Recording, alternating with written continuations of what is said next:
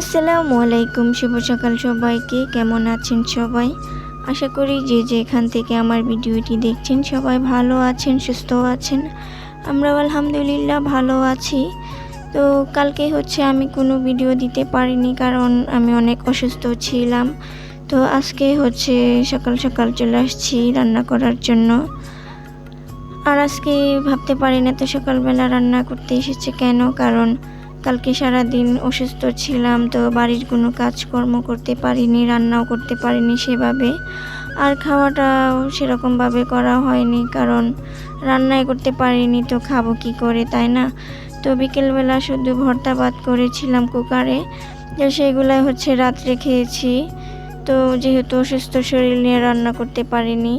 আর এখন সকালবেলা চলে আসছি, কারণ আজকে একটু সুস্থ হয়েছি। তো বাবুর বাবা যেহেতু অফিসে চলে যাবে, তো যার কারণে রান্নাটা করা, যেহেতু ও খেয়ে তারপরে যাবে, তো যার কারণে আমি সকাল সকালই চলে আসছি রান্না করতে। আর আজকে রান্না করব বেগুন দিয়ে মাছ রান্না করতেছি। আর বাবুর বাবা ওইদিকে ঘুম থেকে উঠেছে, হাত মুখ ধুয়ে নিয়েছে।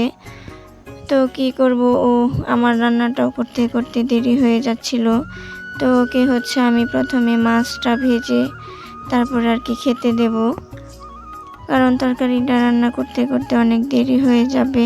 তো ও বলতেছিল যে আমাকে শুধু মাছ ভাজা করে দাও, খেয়ে তারপরে আমি চলে যাব। তো যে কথা সেই কাজ, তো আগে মাছ ভাজাটা করে রেখে দিয়েছি। আর এদিকে আমি এখন তরকারিটাও বসিয়ে দিয়েছি। আর সকালবেলা কারেন্ট ছিল না, তো যার কারণে আর কুকারে ভাত বসিয়েছিলাম, তো ভাতটাও হলো না, কারেন্ট চলে গেছে বসানোর সাথে সাথেই। তো কি করব, সেটাকে আবার গ্যাসে এনে রান্না করে নিলাম, তা না হলে তো আবার দেরি হয়ে যাবে। তো তবু দেরি হয়ে গিয়েছিল রান্না করতে করতে। তো যাই হোক, এখানে আমি মশলা সব কিছু দিয়ে নিলাম। আর এখন এটাকে একটু ভালো করে কষিয়ে নেব, কারণ কষানোটা হয়ে গেলে তারপরে এখানে বেগুন দিয়ে দেব। তো আমি শুধু আজকে বেগুন দিয়ে রান্না করতেছি, আলু দিইনি, শুধু একটা আলু দিয়েছিলাম। আর এখন বাবুর বাবার জন্য আমি এখানে ভাত বেড়ে নিয়েছি। তো এগুলো এখন খাবে আর খেয়ে অফিসে চলে যাবে। তো আমি এখানে ওকে ভাত দিয়ে চলে আসছি আবার। তো আমার মশলাটা কষানো হয়ে গেছে, এখন আমি তরকারিটাও দিয়ে দিলাম। তো এখন একটু নেড়ে চেড়ে ভালো করে আর কি কষিয়ে তারপরে রান্না করে নেব।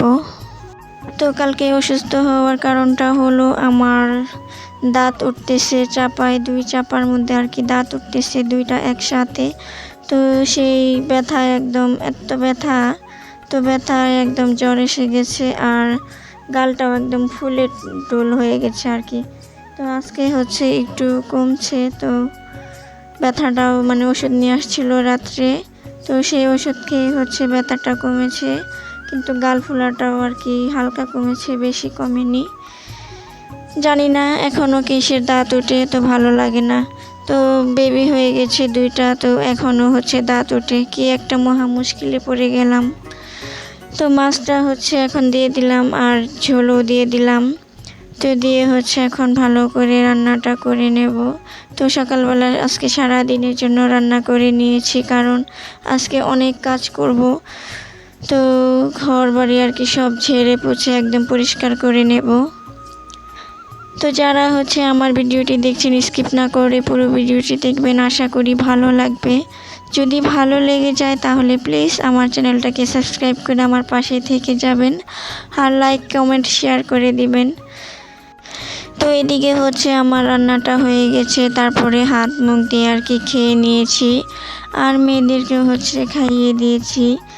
আর এখন আমি ঘর ছাড়ার জন্য চলে আসলাম।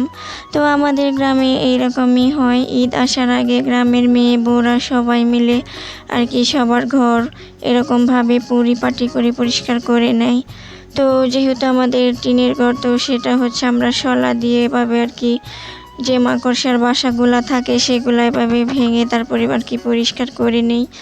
তো সব বাড়িতে এরকমই হয়, ঈদ আসলে আর কি সব বাড়িতে ঘর ঝাড়া মোছার একটা ধুম পড়ে যায়।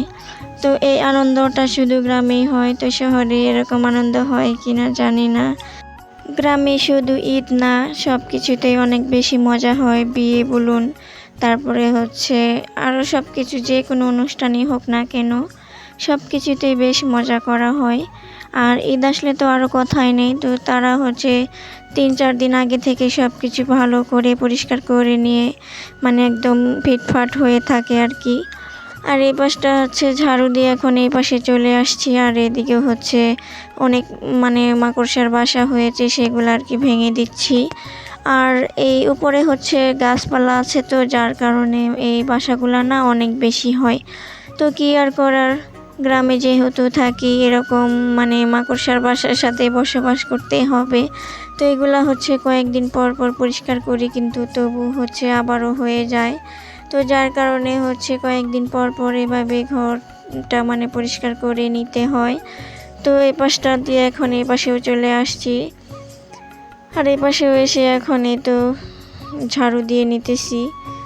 আর ওয়ার্ড্রপের উপরটা অনেক নোংরা হয়ে গেছে, এগুলো আর কি সব কিছু নামিয়ে নিতেছি। আর নিয়ে হচ্ছে এটাও মুছে নেব। তো মাইক্রো ওভেনের উপরেও এরকম ধুলাবালি পড়ে গেছে, তো এটাকে হচ্ছে ভালো করে মুছে নিতেছি। আর যে বক্সটা, সাউন্ড বক্স, এটাকেও হচ্ছে ভালো করে মুছে নিতেছি। আর উপরে যে কাপড়গুলো ছিল সেগুলো হচ্ছে ধুয়ে দেবো আর কি, তো নিচে রেখে দিয়েছি। আর এই পাশে হচ্ছে এখন বিছানার চাদরটাও আর কি নিয়ে নেব। তো আগে ঘরটা ঝাড়ু দিয়ে তারপরে আর কি বিছানার চাদরটা নিলে আর মানে নোংরা হয় না। তা না হলে আবার বিছানাগুলা গুছিয়ে যদি আবার ঘরটা ঝাড়ু দেয় তাহলে আবার নোংরা হয়ে যাবে। তো আগে হচ্ছে ঘরটা ঝেড়ে নিয়েছি, তারপরে এখন এ তো সব কিছু নামিয়ে নিতেছি। তো আমি কিন্তু অসুস্থ শরীর নিয়েও সব কাজ করছি, কারণ কে করে দেবে আমার কাজ, তাই না? তো নিজের কাজ তো নিজেই করতে হবে। তো মেয়েদের হচ্ছে এটা একটা সমস্যা। তো তুমি যতই অসুস্থ থাকো না কেন, তোমার কাজ তোমাকেই করতে হবে। রান্না বাড়া, খাওয়া দাওয়া, ঘর গোছানো সব কিছু নিজেরই করতে হবে, কেউ এসে করে দিয়ে যাবে না। তো কেন জানি না তখন একটা মনের মধ্যে আলাদা একটা জোর চলে আসে, কারণ নিজের কাজ তো নিজেই করতে হবে। তো আমি যদি অসুস্থ শরীর নিয়ে বসে থাকি তাহলে তো আর চলবে না, তাই না? তো সেই কাজটা সেভাবেই পড়ে থাকবে। তো মনের জোর নিয়ে হচ্ছে আমাকে সব কাজ করতে হবে। তো আমিও সেরকম মনের জোর নিয়ে সব কাজটা আর কি করে নিয়েছি, কিন্তু শরীরে কিন্তু এক ফোঁটাও জোর নেই, তবু করতে হচ্ছে। তো যাই হোক, বিছানাটা গুছিয়ে নিয়েছি। আর এদিকে যে মশারি, তারপরে হচ্ছে বিছানার চাদর, পর্দা সবগুলা হচ্ছে খুলে নিয়েছি।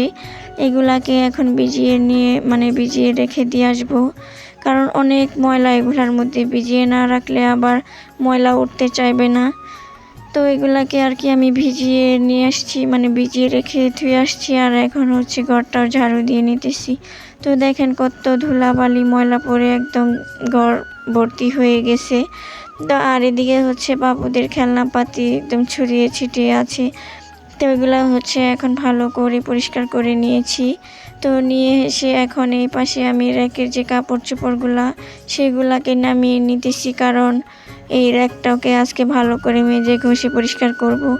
তো সেই অনেক দিন হয়ে গেছে আর কি ধোয়া হয় না, শুধু মোছাই হয়। তো ভাবলাম যে এবার হচ্ছে আর মুছবো না, তো এটাকে একদম ভালো করে ধুয়ে পরিষ্কার করে নিয়ে আসবো। তো এই তো সব কাপড় নামিয়ে নিয়েছি, এখন হচ্ছে এটাকে কলে পাড়ে নিয়ে আসলাম। তো ভালো করে মেজে ধুয়ে একদম পরিষ্কার করে নেব। তো বারবার মুছলে হয় কি, যে ধুলা বালুগুলা থাকে সেগুলা না কোনায় কোনায় জমে থাকে, তো সেইগুলা তো আর উঠতে চায় না, তাই না? তো যার কারণে হচ্ছে মেজে ঘষে নিলে সবগুলা ভালো করে উঠে যাবে। তো সব কিছু আমি মেজে নিয়েছি। আর এখন হচ্ছে আমি পানি দিয়ে ভালো করে ধুয়ে নিতেছি। আর ধুয়ে রোদ্রে শুকাতে দেব। আজকে সেরকম কোনো রোদই নেই, অনেক গরম, প্রচুর গরম। এত গরম লাগতেছে কি বলবো, আমি তো ঘেমে একদম অস্থির হয়ে গেছি। আর সেরকম রোদও নাই যে গরম লাগবে, কিন্তু রোদ নাই, তবু হচ্ছে অনেক ঝাপসা গরম একটা। হয়তো বিকেলের দিকে বৃষ্টি নামতে পারে। তো এদিকে হচ্ছে আমি ওই র্যাকের এইগুলা হচ্ছে ধুয়ে শুকাতে দিয়ে আসছি, আর এই পাশে যে কাপড় চোপড়গুলা, বিছানার চাদর, তারপরে পর্দা, এগুলা হচ্ছে আমি এখন ভালো করে ধুয়ে নিতেছি। তো দিয়ে আর কি শুকা দিয়ে তারপরে বাকি কাজ করে নেব, কারণ রোদ নাই তো যার কারণে একটু তাড়াতাড়ি করে ধুয়ে দিলাম। তো আজকে হচ্ছে ধুয়ে দিলে আবার কালকে বাতাসে একাই শুকিয়ে যাবে, সমস্যা নেই। আর এদিকে হচ্ছে এখন ওইগুলা কাপড় চোপড় মেলে দিয়ে আসি। এখন আমি যে খাটের এটা একটু মুছে নিতেছি, প্রচুর ধুলা পড়ছে, ঘরটা যেহেতু জারা হয়েছে তো ধুলা পড়ে একদম মানে ভরে গেছে। আর এখন হচ্ছে আমি তো কুকারটাও ভালো করে মুছে নেব। তো অনেক দিন হয়েছে এটা মোছা হয়নি, শুধু উপরে হালকা করে মুছেছি, মানে পানি দিয়ে ভিজিয়ে তারপর আর কি মোছা হয়নি। তো ভাতের মার পরে একদম মানে পটটা হয়ে গেছে, তো আজকে এটাকে ভালো করে আর কি পরিষ্কার করে নিতেছি। তো আমি হচ্ছে ভাতের মার পড়ার সাথে সাথে মুছি না, যার কারণে এরকম আর কি ভাতের মারে একদম চটা চটা হয়ে গেছে। তো অনেক দিন পর পর আর কি ভালো করে আর কি এভাবে পরিষ্কার করে নেই। তো মাঝে মাঝে না এরকম একটু আলসেমি লাগে কাজ করতে। আর এদিকে দেখেন ব্লেন্ডারের অবস্থাটা কি হয়ে গেছে। তো যেহেতু এটা ভাতের কুকারের সাথে থাকে, তো যখন আর কি ভাত বসায় তো কুকারের যে ভাতের মারের যে ছিটাগুলা এগুলা না এটার মধ্যে আসে, তো এসে একদম এরকম চটচটে হয়ে গেছে।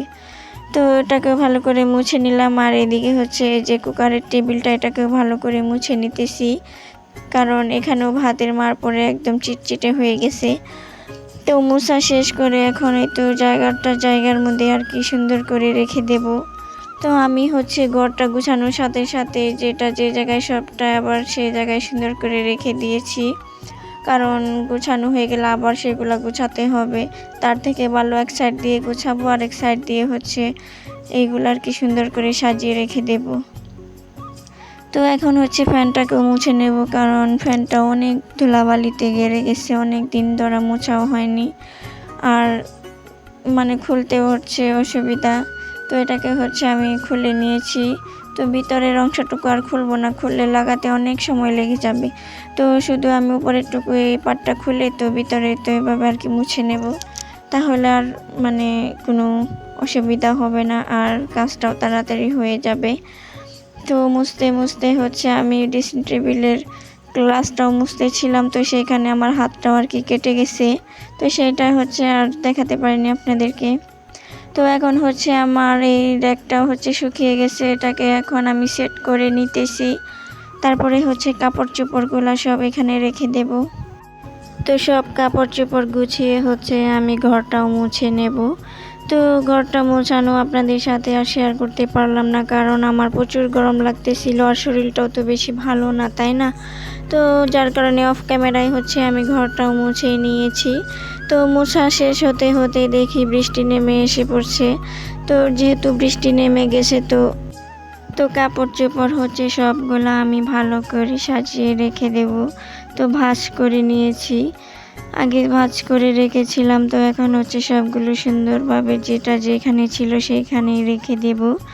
তো রেখে দিয়ে হচ্ছে আমি ঘরটাও আর কি মুছে নিয়েছি। তো অফ ক্যামেরায় হচ্ছে আমি মুছে নিয়েছি, কারণ আমার প্রচুর গরম লাগতেছিল, আর ঘর মোছা শেষ করে দেখি বৃষ্টি নেমে পড়েছে। তো বৃষ্টিতেই হচ্ছে আমি গোসলটা করে নিয়েছি, আর এই তো কাপড় চোপড়গুলা সেগুলা হচ্ছে সব এখানে মেলে দিয়েছি। তো আজকে ভিডিওটি এই পর্যন্ত, সবাই ভালো থাকবেন, আল্লাহ হাফিজ।